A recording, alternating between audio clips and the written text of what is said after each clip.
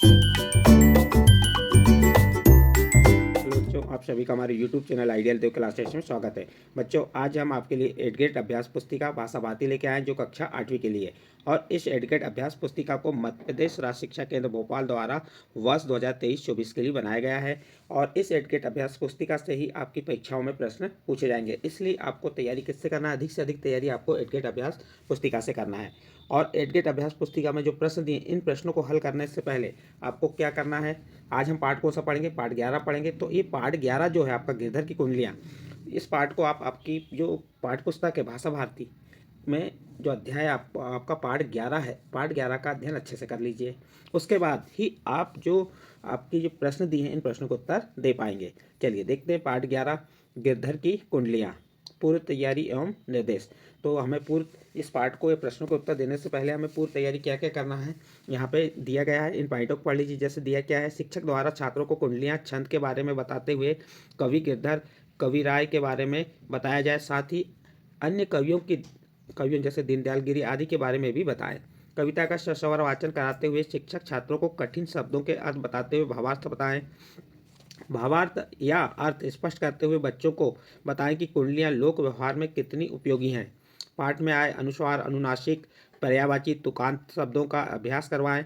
दोहा, चौपाई एवं रोला छंद को स्पष्ट करते हुए उनके उदाहरण द्वारा अभ्यास करवाएं। तो इस प्रकार से ये पूर्व तैयारी और निर्देश दिए थे। उसके बाद आपको क्या दिया है, यहाँ पे बहुविकल्पी प्रश्न है। बहुविकल्पी प्रश्न है, सही उत्तर छाट कर लिखिए। इसका पहला प्रश्न क्या है? कुंडलियाँ छंद बनता है। देखिए, कुंडलियाँ छंद बनता है, किससे मिलकर बनता है? 4 ऑप्शन दिए हैं। चौपाई और दोहा से, दोहा और रोला से, चौपाई और रोला से, रोला और दोहा से। तो इसका सही आंसर हो जाएगा बी नंबर का ऑप्शन, दोहा और रोला से। देखिए, कुंडलियाँ क्या होती हैं, इनकी विशेषताएं क्या होती हैं? दोहा और रोला से मिलकर कुंडलियाँ छंद बनता है। इसमें दोहा का अंतिम चरण रोला का प्रथम चरण होता है तथा कुंडलियाँ जिस शब्द से प्रारंभ होती हैं उसी शब्द पर समाप्त होती हैं। तो ये कुंडलियों के बारे में बताए। इस प्रकार प्रश्न नंबर 1 कंप्लीट। नेक्स्ट प्रश्न है आपका प्रश्न नंबर 2। अनुस्वार युक्त सही वर्तनी वाला शब्द है। यहाँ पे ये नंबर चांदी, हंसी, हंसी, हंस, मुंह। तो इसका सही आंसर क्या होगा आपको ये बताना है। यहाँ पे अनुस्वार युक्त, तो इसका सी नंबर का ऑप्शन सही होगा, हंस। नेक्स्ट प्रश्न है आपका प्रश्न नंबर 3।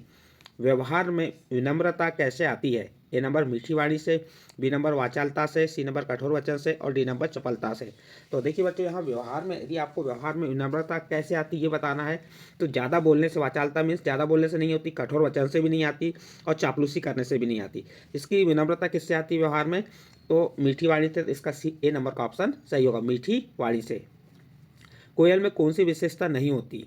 यहाँ पे कोयल की विशेषता नहीं पूछा है, क्या पूछा है? कौन सी विशेषता नहीं होती? ए नंबर मधुरवाणी, बी नंबर काला रंग, सी नंबर कर्कशता और डी नंबर सुहानी। तो कोयल में कौन सी विशेषता नहीं होती? तो इसका सही आंसर आ जाएगा सी नंबर का कर्कशता।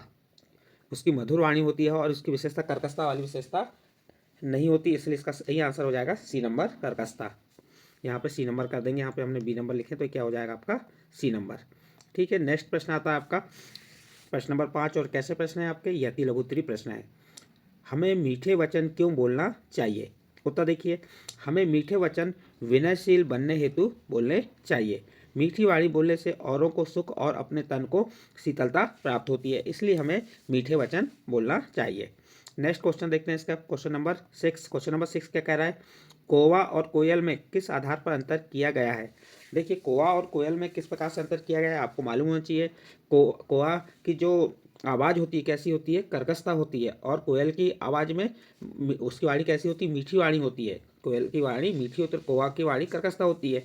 कर्कश होने की जो हमारे को अच्छी ना लगे, और कोयल की वाणी हमें अच्छी लगती है। तो हमने प्रश्न क्या कहा है? कौवा और कोयल में किस आधार पर अंतर किया गया है?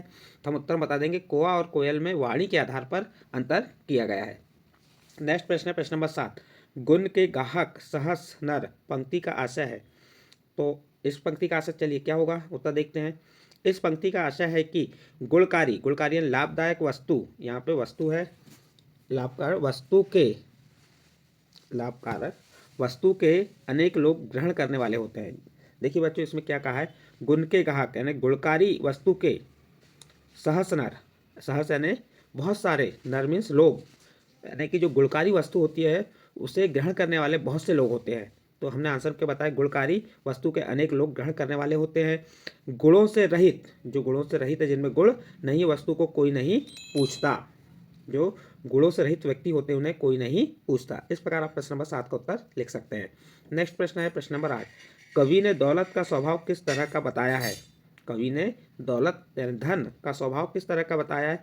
तो उत्तर देखिए, कवि ने दौलत का स्वभाव जल के समान चंचल बताया है। इस प्रकार आपका प्रश्न नंबर 8 कंप्लीट होता है। नेक्स्ट प्रश्न आता है आपका प्रश्न नंबर 9। और कैसा प्रश्न है आपका? ये लघु उत्तरीय प्रश्न है। चलिए प्रश्न नंबर 9, कोयल की प्रशंसा क्यों की जाती है? उत्तर देखिए, कोयल की प्रशंसा उसकी वाणी के कारण की जाती है क्योंकि कोयल की वाणी में मिठास होती है। बहुत सरल प्रश्न है, उसका उत्तर भी सरल है। आपको प्रश्न पूछा था कोयल की प्रशंसा क्यों की जाती है, तो आप उत्तर बता देंगे, कोयल की प्रशंसा उसकी वाणी के कारण की जाती है क्योंकि कोयल की वाणी में मिठास होती है। नेक्स्ट प्रश्न है, कुंडलियाँ छंद की क्या विशेषता है? उत्तर देख लीजिए, कुंडली छंद में 6 चरण होते हैं। कुंडली छंद में कितने चरण होते हैं? 6 चरण होते हैं। प्रत्येक चरण में 24 मात्राएं होती हैं। इस छंद के आरंभ में दोहा और अंत में रोला होता है। और इसकी और एक विशेषता है, कुंडलिया छंद जिस शब्द से प्रारंभ होती है उसी शब्द से वह समाप्त भी होती है। इस प्रकार से आप प्रश्न नंबर 10 का उत्तर लिख सकते हैं। नेक्स्ट प्रश्न है आपका प्रश्न नंबर 11। धन पाकर अभिमान क्यों नहीं करना चाहिए? प्रश्न क्या है? धन पाकर अभिमान क्यों नहीं करना चाहिए? उत्तर देखिए, धन पाकर हमें अभिमान नहीं करना चाहिए क्योंकि धन तो बहते हुए जल की तरह चंचल है, वह यह सदा किसी के पास नहीं रहता। इस प्रकार आपका प्रश्न नंबर 11 का उत्तर कंप्लीट होता है। नेक्स्ट प्रश्न आता है आपका प्रश्न नंबर 12। गिरधर की कुंडलियाँ बीती ताही बिसारी दे के अनुसार होए बीती सो बीती, पंक्ति का आशय स्पष्ट कीजिए। देखिए, इस पंक्ति का आशय है कि भविष्य में होने वाले सुख की बात को समझकर उस बात को भुला दीजिए जो बीत चुकी है। भलाई भी इसी में होती है कि बीत चुकी बातों को भूलकर हमें वर्तमान के विषय में सोचना चाहिए। प्रश्न क्या था आपका? गिरधर की कुंडली जो पाठ है, बीती ताही बिसारी दे, जो इसका अर्थ क्या हुआ, जो बात बीत गई उसे भूल जाए के अनुसार होए बीती सो बीती, और जो बीत गई है उसे बीत चुकी बातों को भूलकर वर्तमान के बारे में सोचना है। तो उत्तर बताएं, इस पंक्ति का आशय यह है कि भविष्य में होने वाले सुख की बात को समझकर उस बात को भुला दीजिए जो बीत चुकी है। भलाई भी इसी में होती है कि बीत चुकी बातों को भूलकर हमें वर्तमान के विषय में सोचना चाहिए। इसके बाद नेक्स्ट प्रश्न है आपका प्रश्न नंबर 13। गिरधर की कुंडलियाँ लोक व्यवहार में कितनी उपयोगी हैं? चलिए उत्तर देखिए, कवि गिरधर की कुंडलियाँ लोक व्यवहार में परम उपयोगी है। उन्होंने अपनी कुंडलियों में के माध्यम से जगत को व्यवहारिक शिक्षा प्रदान की है। कवि का मानना है कि दौलत पाकर कभी घमंड नहीं करना चाहिए क्योंकि यह कभी एक स्थान पर टिककर नहीं रहती। हमें सभी लोगों के साथ विनय का व्यवहार करना चाहिए, यानी विनय मीन्स अच्छा व्यवहार, हमें सभी के साथ अच्छा व्यवहार करना चाहिए तथा कोयल के समान कोयल के समय मधुरवाणी, कोयल के समान, यहाँ पे समान आएगा, समय लिख गया है यहाँ पे, कोयल के समान मधुर वाणी बोलनी चाहिए। मधुर वाणी के कारण ही सभी लोग कोयल को पसंद करते हैं, कौवा को नहीं। इतना ही नहीं, हमें व्यतीत हो चुकी बातों को भुलाकर वर्तमान पर ध्यान देना चाहिए। इस प्रकार आप प्रश्न नंबर 13 का उत्तर लिख सकते हैं। नेक्स्ट प्रश्न है आपका प्रश्न नंबर 14। प्रश्न नंबर 14 में क्या कहा है? कवि गिरधर के लोक व्यवहार की शिक्षाओं को अपने शब्दों में लिखिए। उत्तर देखिए, कवि गिरधर की लोक व्यवहार की शिक्षाएं निम्न है। नंबर 1, दौलत पाकर हमें अभिमान नहीं करना चाहिए। लोक व्यवहार शिक्षा, पहली शिक्षा क्या हुई? दौलत पाकर हमें अभिमान नहीं करना चाहिए। फिर दूसरी, गुणवान व्यक्तियों का सभी आदर करते हैं, गुणहीन का कोई आदर नहीं करता।